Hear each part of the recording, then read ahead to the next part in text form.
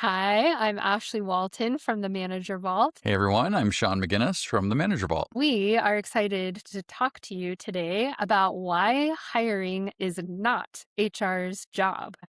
And I still remember, Sean, the first time when you explained how you hire, and you weren't talking about job descriptions, you weren't talking about interview questions, and you weren't talking about recruiters. You were talking about how the hiring manager, the person who's going to be directly managing this person, is directly responsible for doing the recruiting. And you pose the question, managers spend countless hours managing people. Why do we spend no time finding these people?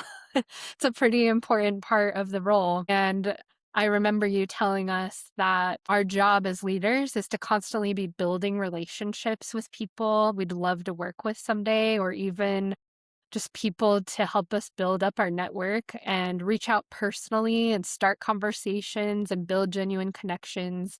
And when you taught us this, I was relatively green as a manager. And I remember thinking, oh, yeah, Sean is just telling us how it's done. This is how you do recruiting. Everybody's doing this. And I went to other companies where I came in with that mindset and was very confused Kind of when, a rude awakening. Yeah, yeah, when people from HR or talent acquisition are like, oh, no, we've got this. Like, you don't need to do it. And I'm saying, no, I hate that. Actually, I am going to play an active role here because it's now instilled in me that that's the way to do it. And I want to share one story to tee up this conversation because I feel like it's a really good illustration of the impact of your leadership. And that is that I remember you gave this training to the whole team, and then I was able to train my team on it and multiply the impact. And I had a manager on my team build a relationship with this person she wanted to hire as a writer. And she chipped away at this person for years. And this person kept saying, no, I don't want to come into the organization. Lots of companies are trying to hire me. I'm not interested.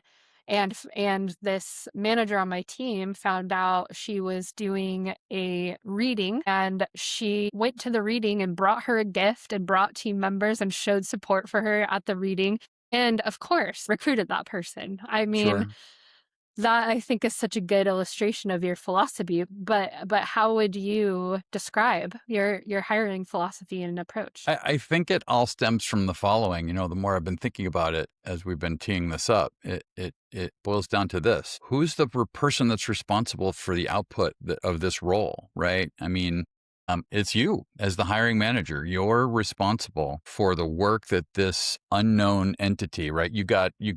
You can finally convince leadership to hire for your team. Let's say it's a new role and not a backfill. Who's ultimately responsible for the work that will happen on that team? And it's you. It's not HR. It's not recruiting. It's not talent management. It's no one else has the ultimate responsibility. And as the individual who's imbued with that ultimate responsibility, I think it's also important that you take an active role in finding the best possible person for that seat. And if you give away all that responsibility to others, I think that's a failure of leadership. Just putting it mildly. And the counter argument to that is, oh, I'm too busy. I've got too many things to do. I can't track my time. I don't know, and the higher you are in the organization, and your seat now is CMO, if you're hiring a director, again, there's no one who has the greater drive to make sure that that person is an incredible fit. And I understand that there are really effective recruiting organizations, and I get it. And even that process, I felt to this day, is it is just slightly more inefficient, because now I've got someone else who's doing all my sourcing for me, who's going to possibly write the job description when I feel like I should be the one writing the job description, is going to go post and promote that role, is going to do all the screening and might screen out someone who I would have screened in, and then it gives me the top candidates. And there has to be a translation layer between the things that they learned on the initial, screening interview, and then they have to kind of convey all that to me. And that just seems incredibly inefficient to me. It's a lot easier, and maybe not as fast. It's not easier. It's easier to rely on someone else to do that. I mean, I love delegating other, aspects of the work, as you know, but I just feel like it's literally how many leadership books have you read where the CEO is pounding the table screaming, the only job that matters is getting the people right. Or I personally approved every single hire in my organization. That's how important it is. And to treat it with anything less than that level of respect and urgency, and there's just so much power in having full control of that. And even as you're kind of screening the initial people, you may change your mind about what you're looking for. And the whole process that gets involved in that, I just think is incredibly valuable. So I never want to give it up if I don't have to. To be fair, some of that opinion was kind of colored and driven by being parts of organizations that was very deficient in that area, right? I worked for a major large retailer, and I think we had one or two recruiters in the whole organization, and and it was an organization that was that was on the decline, and the whole opinion of everyone in there was like, you'll never find anyone to hire that will be, that will be willing to join this organization. And I just kind of took it on myself to say mentally, well, like, watch me. We don't need to get into the specifics of that necessarily, but I just think that I like to be in control of that process because I think it's incredibly valuable. And I remember very vividly that training you referenced, and I remembered saying to all of you in that room that if you've got an open position on your team, your proactive recruitment and recruiting for that role is the number one priority for the duration of the time that that's open. I know you've got other things that are important, and those can be number 2, 3, and 4, but number 1 should be to fill that role. And if it's not your number 1 priority, then you probably don't need to fill that role too badly. Let's go use that headcount someplace else in the large organization that we had that was stressed in lots of different ways, right? Yes, you literally taught me to mark off my calendar and say, this is time for LinkedIn sourcing, or this is time for recruiting combos or connection building.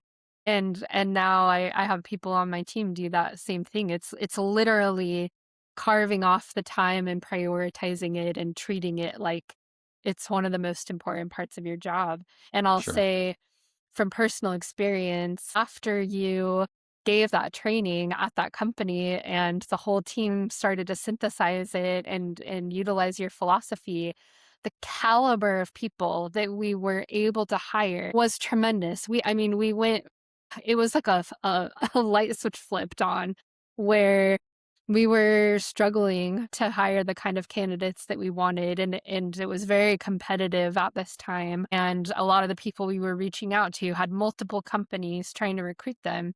And you helped us sharpen our approach so much that when we were reaching out, it felt like a personal connection and friend was saying, hey, come work with me, which wouldn't we all be so lucky to approach Sure. work and life that way? I mean, it worked out so well. Well, let me turn around on you. Why do you think it is that other companies don't foster that approach or take that tack when it comes to recruiting? Why do you think they say, "Oh, we've got that over here in this HR bucket and we're going to take care of it all for you"? That's a great question. I think it's a combination of things. So one, I think HR, the reason they do own it is they're scared of somebody saying something that's like off books or going to get the company in trouble or going to be too casual. And we did have some training for sure on like, here's what you legally can and cannot ask. Right. And like, Right. everybody understood the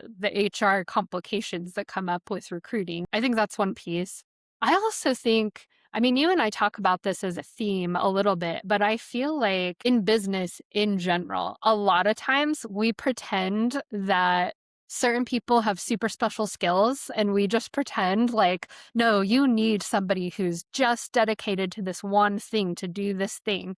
And I'd say 90% of the time that's not true. I fully believe in the power of humans to learn and grow and embody a growth mindset. And most people, if you give them really good guidance on what to do and what not to do, they can do it. And with recruiting in particular, it's not only that they can do it as well, but people are going to respond more and better to somebody who is the direct manager that they'd be working with versus a recruiter or an HR person. It's just the way it is. It's like a shortcut and it's more personally meaningful. So I think it's leaders feeling either they're ill-equipped, it's HR feeling like they're scared to give away that power from a legal perspective. And I think it's that we've treated it too much like a special skill, you have to be a recruiter to do it.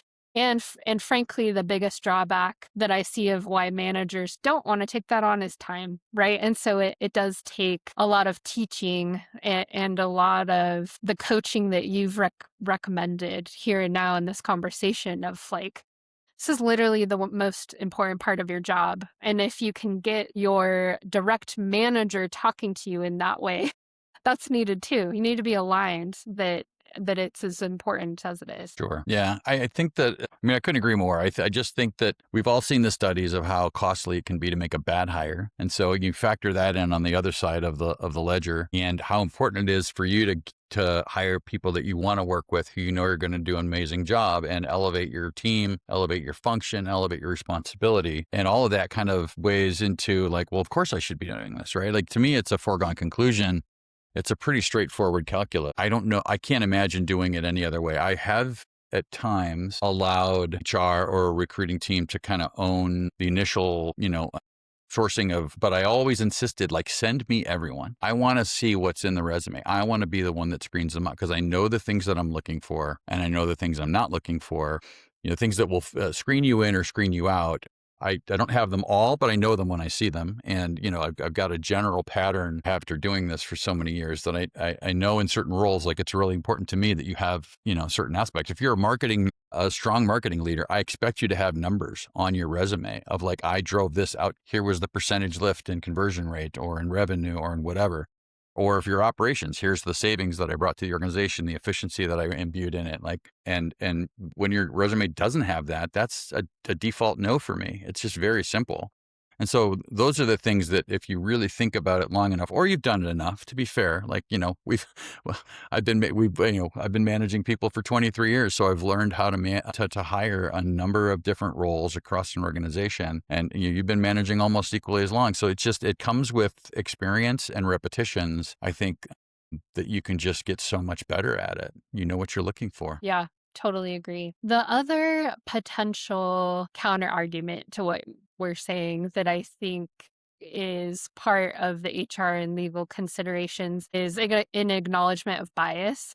And I think that's something we also, in addition to this training and in addition to what we were trained on, what you could and couldn't ask and all these other things, we also did a lot of training on bias. And so that's probably the other piece of the puzzle to bring up, is knowing we all have our own bias. We all tend to hire people like us, and we need to proactively try to counterbalance that. But I think we're all smart, capable people. And I'm not saying you totally cut out recruiting or HR either. I think we're just saying you own it, which is also a difference. You still have somebody coming in and, like, gut checking with you, and you should have other people in the interview process who think differently than you do. And Yeah, I think I mean, I remember very vividly at the time that we're talking about when we were there, that I forget the name of the book, but the book that was written by the former Google head of HR that advocated for a hiring process where the hiring manager didn't make the final decision, right? I strongly disagree with that personally. And my general opinion is that as long as my hiring process isn't broken, I don't want to try and fix it. And but if you want to go adopt that process, run that process by all means. I think there's lots of different ways to get the job done. And if that's the process that you believe in and you want to try it and you get better results, keep using it, right? There's lots of ways to do it, but there is an active role, I think, that the hiring manager plays even in that process, whether it's kind of a sourcing or the networking that kind of can really shorten, not everybody's Google. That's the part that I keep coming back to is, we were not Google at the time, even though we might have wanted to pretend that we were. We don't have every single human in the United States of America banging on our door, begging to work for us, right? And I think when you do, that's a different process that you can rely on at the time, that you've got some screening mechanism to try and figure out, like, which of these million resumes are the ones that I even want to think about talking with. It's a different problem that needs to be solved from a business perspective. But most hiring managers are not in that position. And so I think it's just important to understand what you have and what your skill set is and work within those constraints, right? There's always a constraint. And to your point, it's either time, it's skill set. I'm not built for networking. I don't know how to network. I'm scared. I'm fearful. I don't want to put myself out there like that. I don't have a sales mentality, whatever it might be. But you can teach yourself all those things, as you have.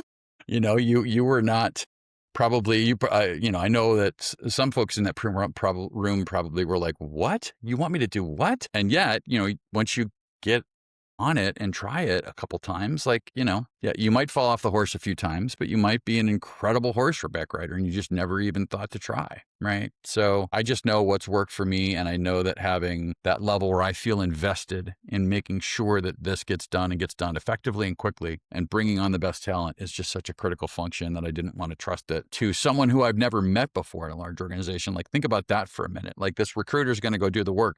I've never even talked to this person. Right. That alone is one reason why I just never wanted to default to giving up that function. I love the way you described that and illustrated nuance and context. I loved that. And I do want to point out in the illustration and story that I shared earlier about my manager going and recruiting somebody, going to their reading, building that connection over time, they were a self-proclaimed introvert. So I feel like you're capable of more than you realize until you start something new. Sure. So this was such a good conversation, Sean. I'm sure we will talk about recruiting in other podcast episodes because there's so much to learn from you in particular on this topic. And as we conclude this conversation, I wondered if there's somebody listening to this who's never proactively recruited before, where should they start? What should they do? My gosh, that's a great question. The thing that I find to be the most valuable is to be proactively networking in your area of specialty, right? So if you're a digital marketer or you're a meta media buyer or a meta marketer, like, just go out and talk to other people that do that for a living. You can learn so much from them, and to take that relationship that you're initially building and start it by sharing everything that you possibly can. Not everything is shareable, obviously, if you've got certain strategies that you feel like are unique to your approach. But by doing that, you are really building up a sense of goodwill with other people in your industry. And that's what kickstarts and kind of sparks that potential relationship that might work turn itself into a working relationship. I know that you and I both have mental lists of people we would love to work with who, because they're smart, they're really effective, they're just a good values match between us. Like,